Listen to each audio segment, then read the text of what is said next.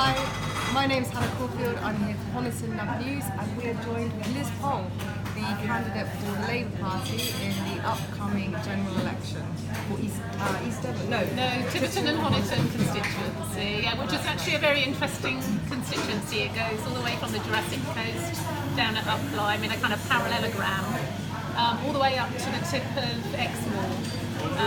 So it's sliced in half by the M5, and it's a very big.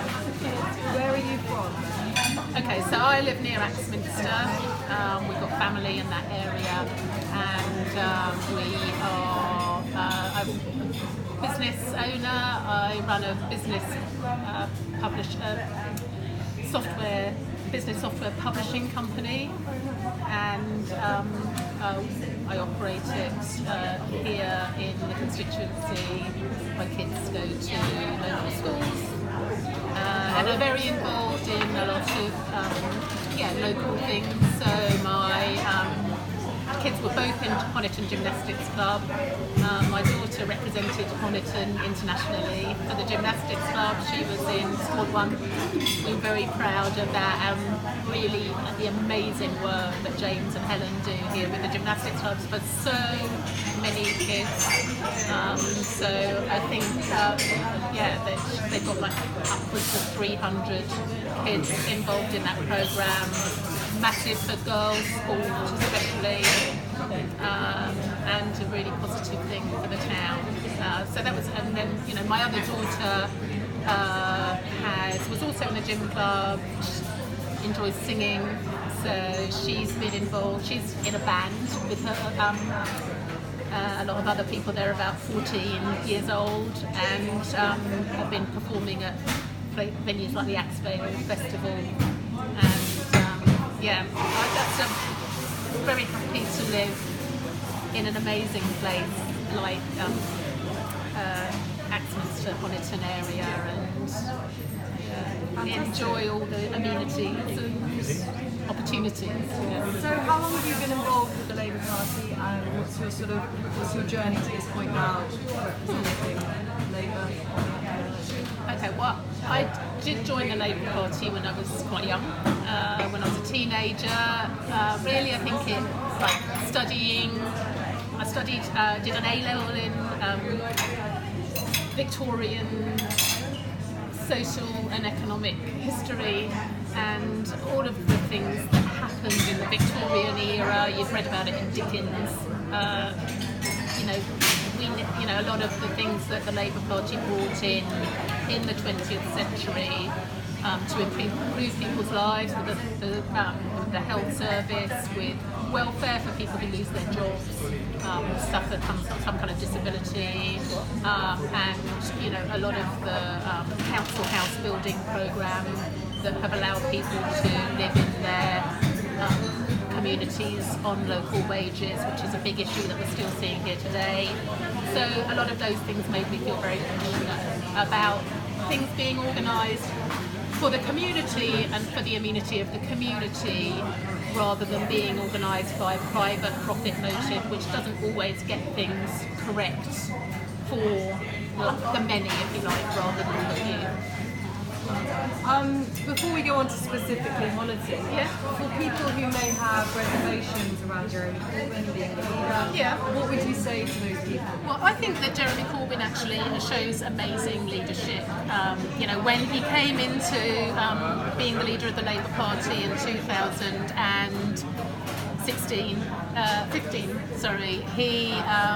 we had a very divided party. There was a lot of division within the party, and he's really brought everybody together. We've got a very visionary and exciting manifesto that's very moderate. Actually, a lot of the policies in the manifesto really appeal to people. People do think that we need to bring energy and rail, back. It's not going to be a big jump into bringing them back into public ownership. It's going to be where the franchises are failing. We're going to bring those back into public ownership gradually. So a lot of that stuff's going to. So our manifesto is very moderate, but it's also visionary. It's about investment in offshore wind, so that our energy production is going going to be 60% green within 12 years. It's going to create jobs. It's going to bring people's energy bills down, and those kind of things are very popular policies.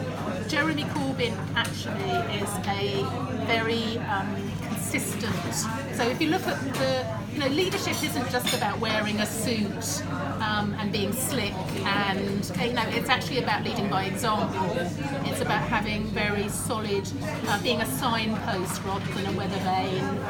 And I think he really has the ability to bring people together, to be a conciliator, and we've seen that within the Labour Party, and I think really that's what the country needs at this time. I think it's easy in a way for the opposition to be saying all the things that people want to hear, especially after 9 years of Conservative rule, where people are unhappy with a lot of aspects of that are happening at the moment. And people talk about the money tree, where is all this money coming from to implement all these welfare initiatives, and what Labour's passionate about. What would you say about that financial side of it? Well, this is a very interesting election because we're actually, we've seen in the last figures we've had have shown us that we've gone into negative GDP. We are at risk of going into recession. Sajid Javid for the Conservatives is planning to spend the same, is planning to borrow in the same way as Labour is. So we're going to see 2 to 3% borrowing, which is normal. That's what we have across all the other G7 countries. So we're going to see the borrowing with Labour or with the Conservatives. But with Labour, the money's going to go into the NHS, the money's going to go into education, the money's going to go into infrastructure. And those are things that within 2, 5, 10 years are going to actually put money back into the public purse. And they're also going to provide amenity to people. But with the Conservatives, we've seen what happens with their spending. It goes into Carillion, it goes into fake ferry companies, and into big reports and projects that just don't happen. And so it's just a matter about who is going to put the money into Britain as opposed to putting it into private profit motive that's going to perhaps fritter away off into the Cayman Islands eventually.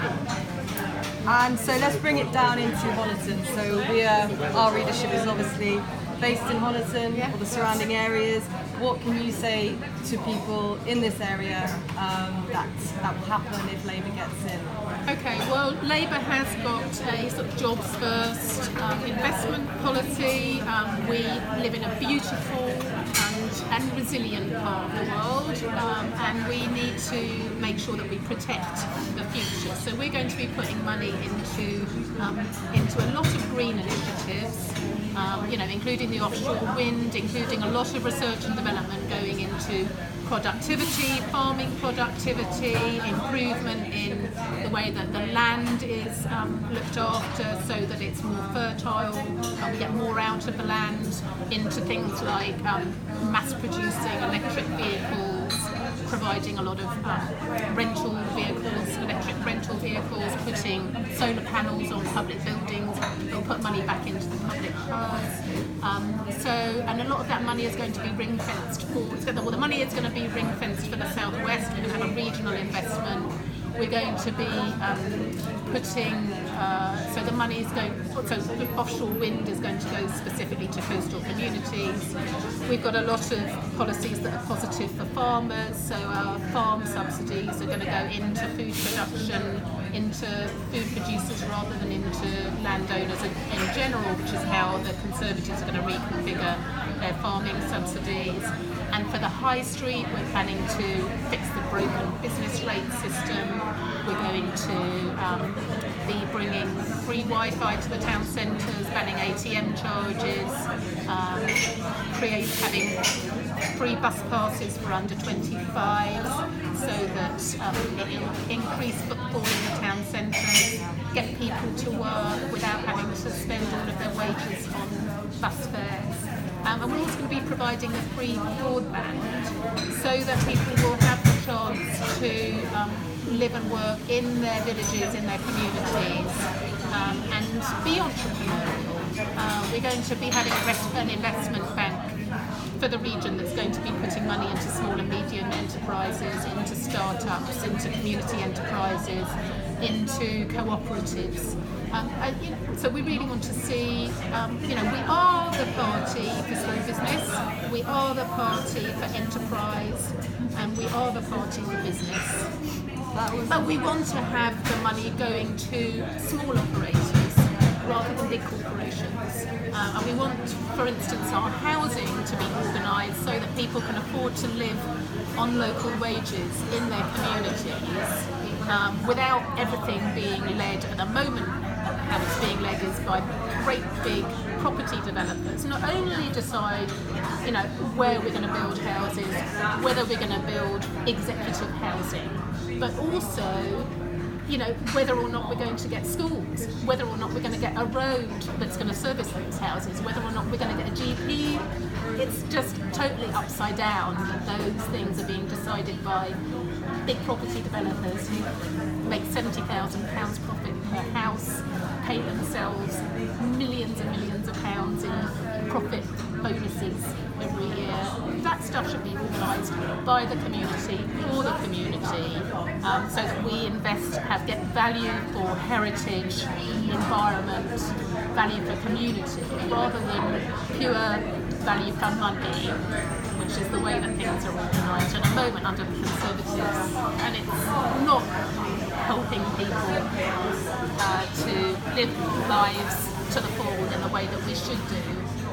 We want to have things organised so that the way that people had amenity in the past with hospitals, schools, services, we want to kind of re-envision that for the future in such a positive way.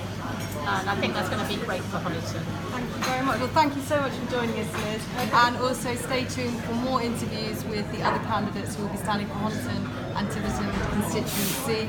And also make sure to like our Honiton Nub News Facebook page for all the